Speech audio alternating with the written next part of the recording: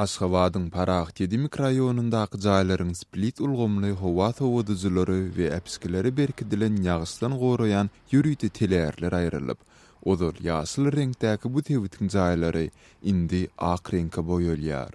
Yerli ýaşaýjylaryň maglumatyna görä, geçen hepdäniň anyny öňünden hiç ýyly duýdurus we düşündürüs berilmezden, häkimlikden, öý upravleniýasyndan we polisiýadan düzülen topar gelip, ýanky agdalyp geçen çärlere başlapdyrlar.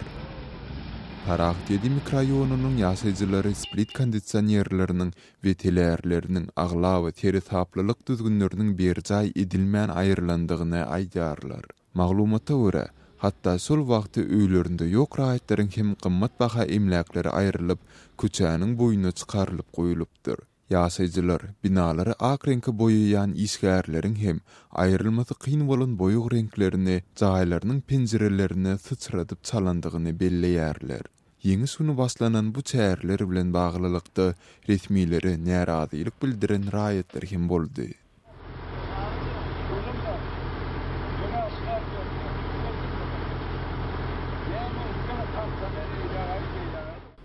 Emma yerli ýaşaýjylaryň käbirleriniň görkeden protestina garamazdan hem split kondisionerleri we teleýärler mezburi ýagdaýda aýryldy.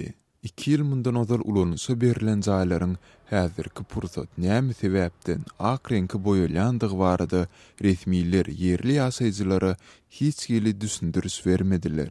Bu ağırlykda ýatlap geçdik geçen aýyň ahyrynda, ýagny 23 aprelde Türkmenistanyň prezidenti Aşgabatda alınıp barılan guruluşlaryň ýagdaýy bilen tanışanda esasy ünsü şäheriň Parag-Tedi mikroraýonuna beripdi. Sonda ol gurulan detgalaryň toplumy Aşgabat şäheriniň binagärlik toplumuna sazlysykly goşulmalydyr diýip nyktapdy.